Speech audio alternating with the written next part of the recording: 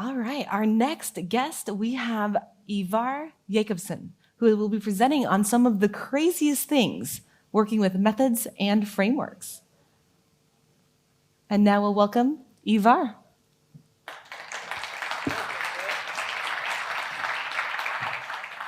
Thank you. Thank you very much.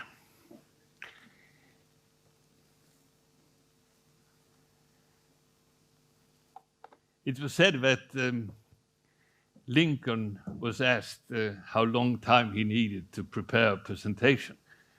And he said something like, if I have a 1 hour presentation, I can do it in 1 day. But if I need to give a 7-minute presentation, I need a month. And I have prepared this presentation for 15 years. So it should be very short. But it will take a little bit more.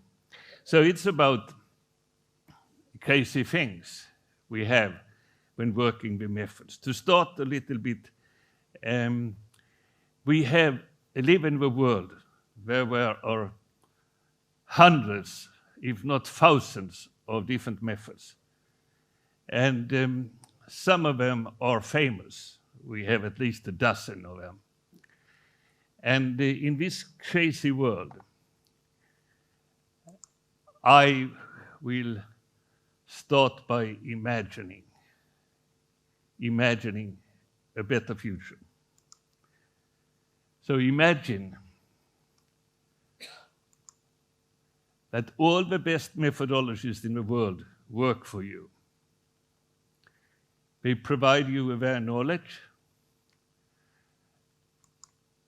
All methods and practices are in your hands. Here you see I am talking to 30 Scrum Masters in China, actually. So it was a couple of years ago. And we had the practices in our hands, playing games. And you can see, maybe you can see how enthusiastic people are. The boss of all in China, it's a boss that asks questions. He's sitting there to the right, the second to the right, very engaged. And all practices are kept updated by its founders and by the community using them. Founders update, but they do it isolated. One founder, for instance, Scrum, is giving his update. Another founder of the same practice, Scrum, Ken Schwaber, is doing his updates. And we don't have access to the community using them. We only get fragments, a very fragmented picture.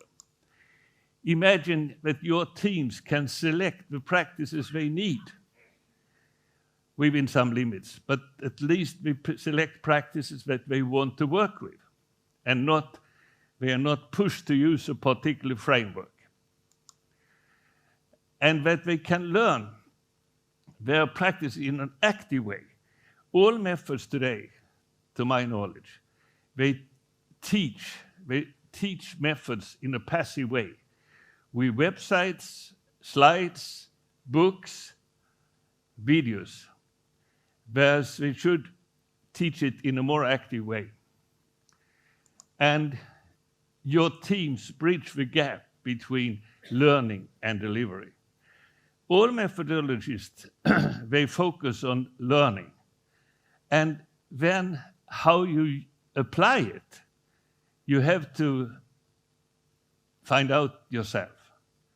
And that is a really cost. It's slow down projects and so on. So I'm going to talk about essence, and all this will get to the essence. But that's not enough. Imagine also we get rid of the methods war. All these methods have sects around them that promote the method. It's not about the marketing wars. That is okay. It's about mindset wars. It's more like religious wars. Here is an example. This is done by Comic Agile. And you see here the different methodologies here, SCRUM, SAFe, etc. And they all have their own stuff. They even have their own vocabulary. They share little, but very little. Basically, the only thing we have in common is the alphabet. And practices inside these frameworks are not easily reusable. You cannot take a practice developed in one of the frameworks and just reuse it. You have to rewrite it. And if you rewrite it, you improve it. Maybe you never understood how it really would work, but that is what we do. And no more gurus, method gurus. Method gurus are methodology salespeople. I was one guru. Probably most of you don't know it, but 20 years ago I was the founder of a methodology called RAP, which was the most popular at that time. Everyone had to stand up and say, I know RAP. Anyone know about RAP? Yeah, some. Okay. But we imagine we get a common ground, not only the alphabet, but actually something that we all share, things we agree on, that would help us to start on something we all can agree on.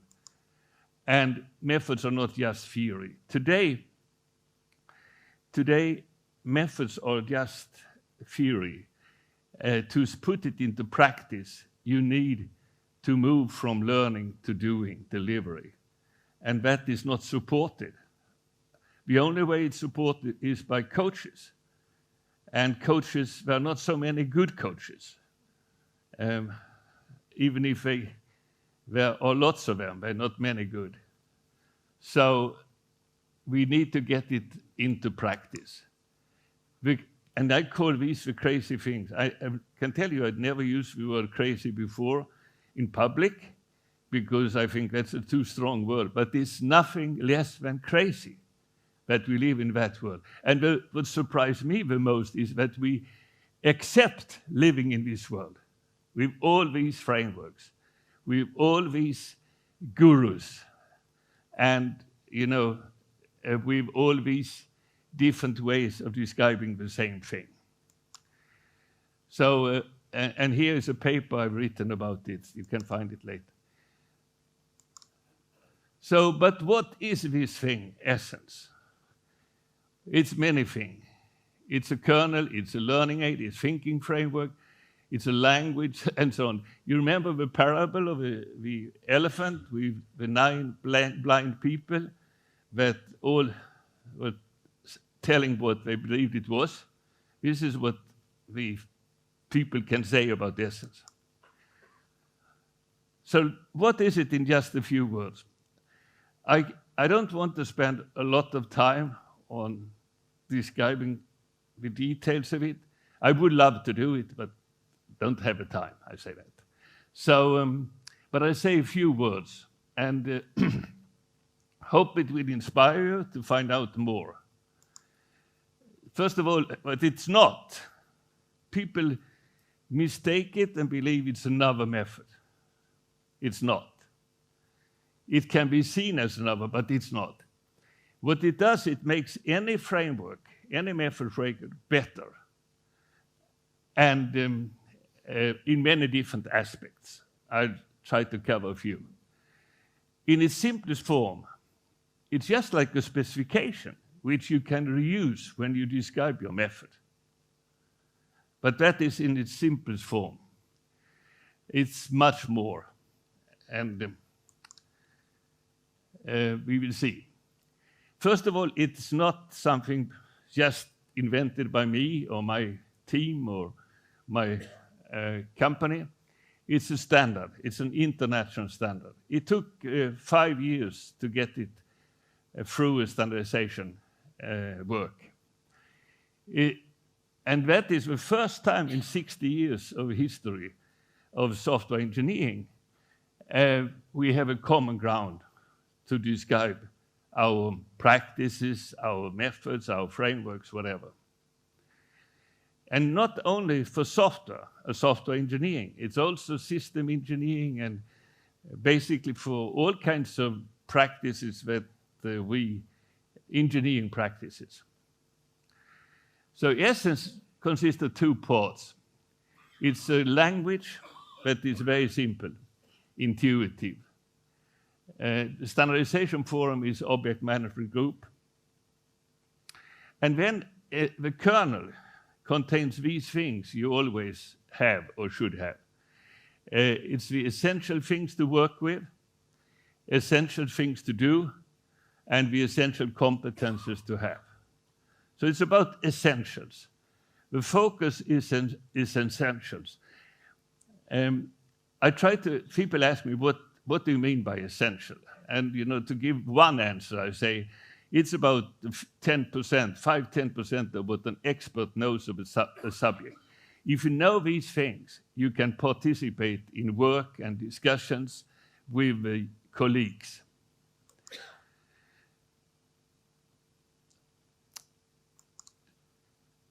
We have many users of Essence. We talk about primary users, the team. Of course, team there are many of, and they need to work efficiently, they need to be empowered, and they need to collaborate with teams of teams, and of course an entire organization. But we also have many secondary users. A practitioner is individual. We have champions, coaches, development lead executives, and project management office. And then there are many others. So this is the industry, basically. We have the academics, and the academics we have teachers, researchers, and so on. On all of them, we'll get value of Essence. Finally, methodologists. Methodologists are the people that create methods. They can start on a common ground. They don't need to start with the alphabet and describe everything from the beginning. And that is where many of the methodologists today are applying Essence to describe their methods. And then we have many users. Of these many users, we have hundreds of use cases. Here I have a few use cases for the team. And they go through 2 cycles, a learning cycle and a delivery cycle. And through these 2 cycles, there are different stations, and every station have use cases. So there are at least 7 use cases, but in reality there are many more. And there are many other use cases for the team. So one of the things, these 2 cycles here, learning cycle, this is where the methodology is focused today. Those people who create methods, who sell methods, and certification, that is that cycle. The other is left in the shadow, and there is a gap between these 2. You can learn, but then you have to go and do work. Let me show you one practice. We have worked with Jeff Sutherland, who is the founder of SCRUM, one of the 2 SCRUM founders. And we don't essentialize, as we call it, other people's practices. We want them to be owning the result. So we don't create our version of SCRUM. With all the misunderstanding, all the competition we create with the founder, and the founder should be there and help to develop it. Other people can also develop it, so it's open to everybody. So basically, it's a deck of cards. Here is SCRUM essentials. This is the essentials of SCRUM on 20 poker-sized cards, like this. You can have them in pocket, you can bring it up at any moment you want. It's very practical, and you play games with them.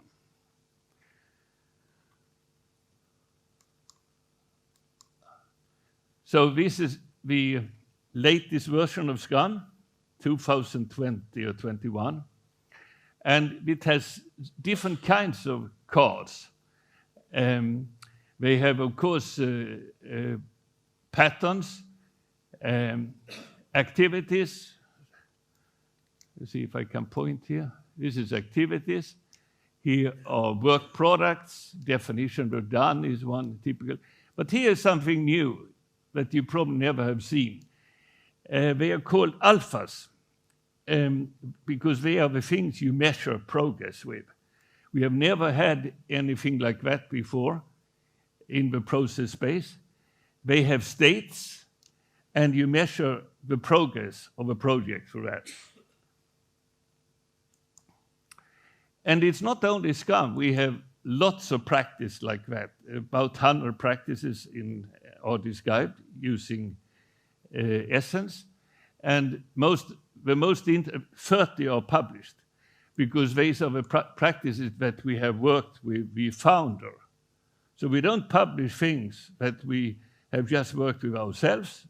We want the founder to be owning and be a partner to us and benefit from having them. And that is actually not standard. It's the same thing Dave Snowden is doing. So we have found not the same thing, but we have similar philosophy, similar attitude. So now a few words on game planning. So games is the active way of learning, active way of delivering. And here is one very simple games. It's retrospectives. You use the card and put them on a map where you have 3 different columns, a happy face and not happy, unhappy face, and something neutral. And then you put the cards in different squares if it's important or irrelevant. And then if it's important and if it's something you're bad at, this requires action. So this is very practical, very popular. People are engaged and motivated and participate in discussion. There is also this is the different stations in the infinity loop, and for all them there are games, both based on the kernel and based on practices designed on top of the kernel. So it's all based on gaming. So let me just mention a few killer features of Essence that really is different, dramatically different from any framework. For one of the important things I don't mention here is that basically the ability for a team to select practices from an ecosystem of practices and just compose them to get a method. That is a new way of thinking instead of being forced to use one particular framework. And then you can add more and more to the team as they are more and more competent. But here I'll talk about this gap between learning and delivery. I call it the Achilles heel of methods adoption, because it's really a dramatic thing. And the interesting thing is that people have never really seen it as a problem. And I believe the reason is if you don't have a solution to the problem, you don't see problems. And I've seen that before too. And the other thing is activating the user experience. Make the user experience active instead of, as it is today, passive. And there are many other things. So let's bridge the gap between learning and doing. You know, from that moment you learned something and now you're going to apply it. And you usually people have been taking courses, they have been certified, and then they go home and they start working and they scratch their head, what am I supposed to do? That gap can be bridged. If you look at frameworks, they focus on the learning, and on the delivery, it's coaching.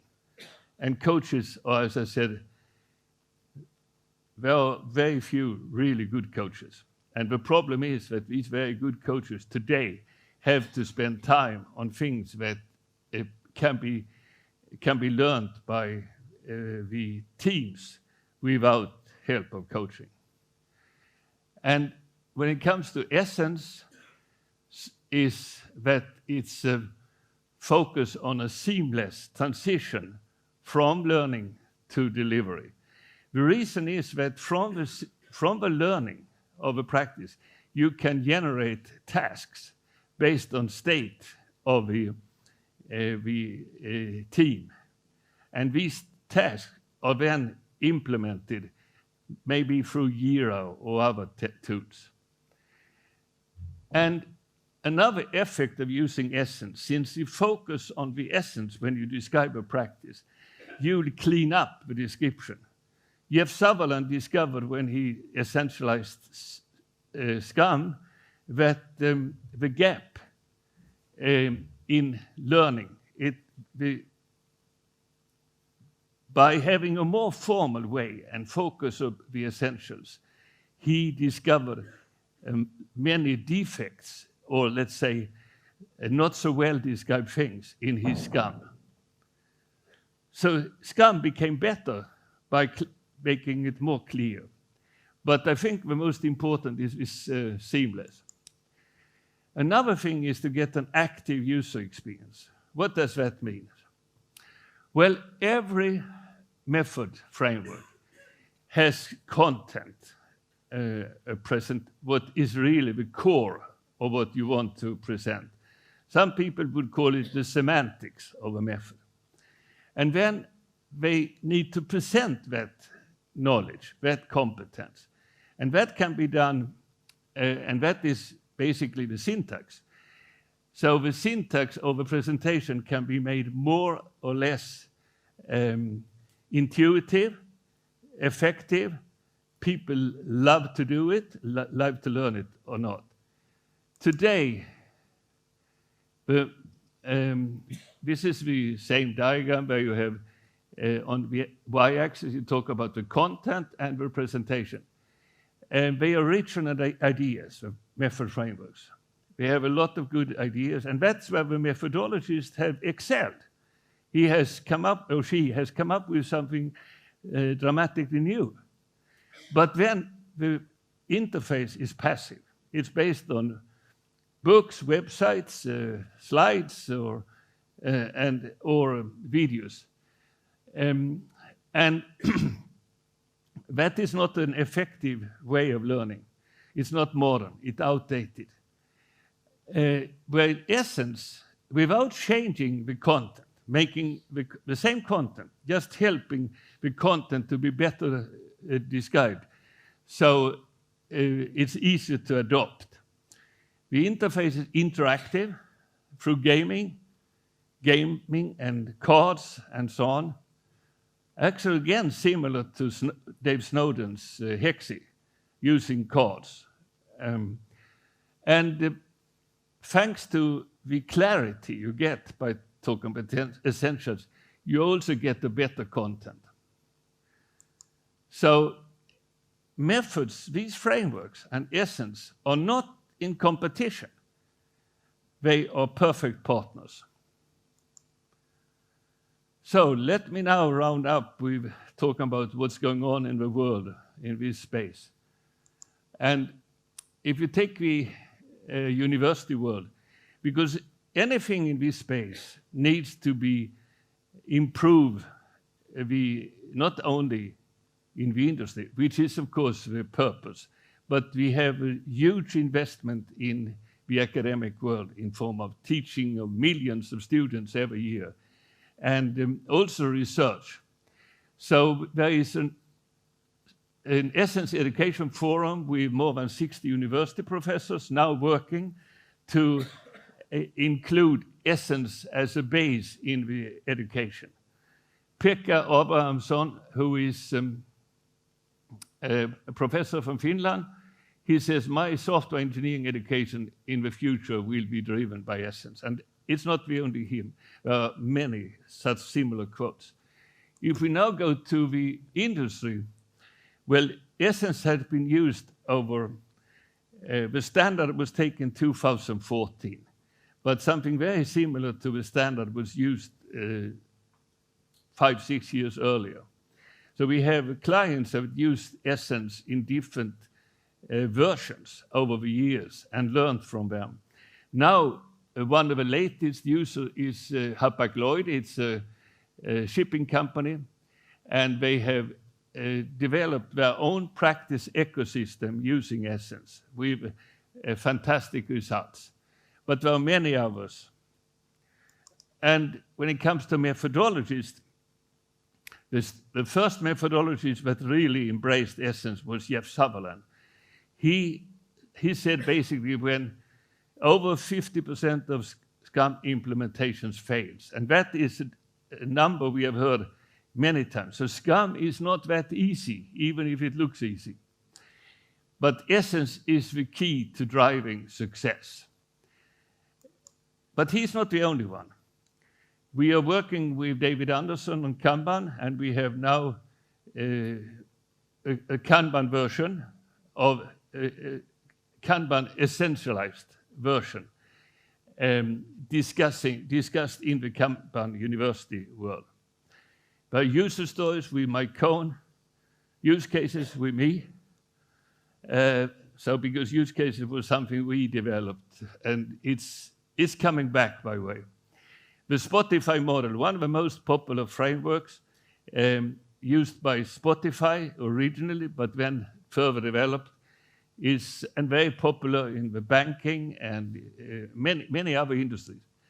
We are working with Software Engineering Institute about architectural practices, essentialization.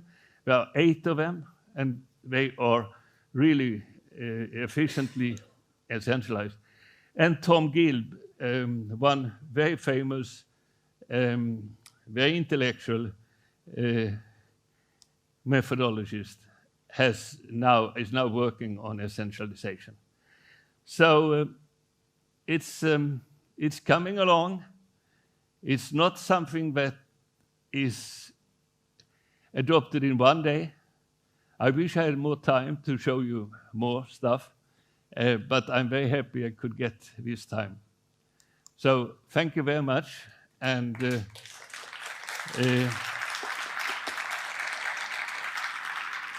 I just would like to make a little pitch for my next workshop, which will be in a little while, and 10 minutes or something like that.